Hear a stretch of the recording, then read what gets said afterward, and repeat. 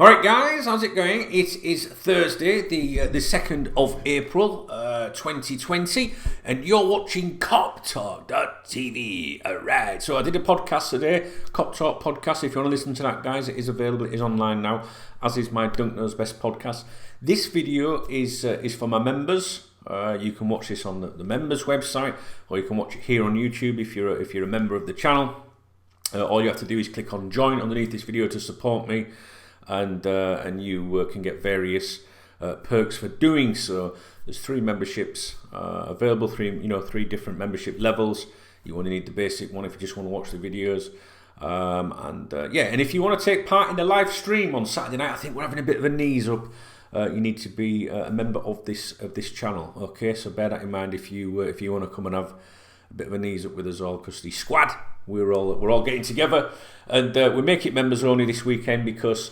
That stops all the randomers coming in and getting on our tits, basically. Anyway, so there's been a lot of talk, obviously, before this football was suspended, about our interest in players like Timo Werner, Sancho, Havertz, those kind of players.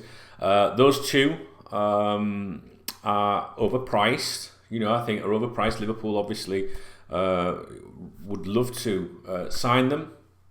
However, the asking price is, in excess of, say, 100 for Sancho, maybe 80 or 90, for Kai Havertz, in pounds, is too much, especially for players of that age. So there has been, I'm not saying now, currently, at this moment, because things are very quiet, but prior to the suspension of football, there's some suggestions that the boss was looking at alternatives.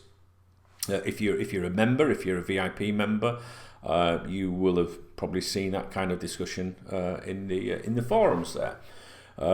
So one of those names I'm going to be talking about today. So this video is going to be basically about who I want you guys to look out for, and I'm going to go through his information with you in a moment.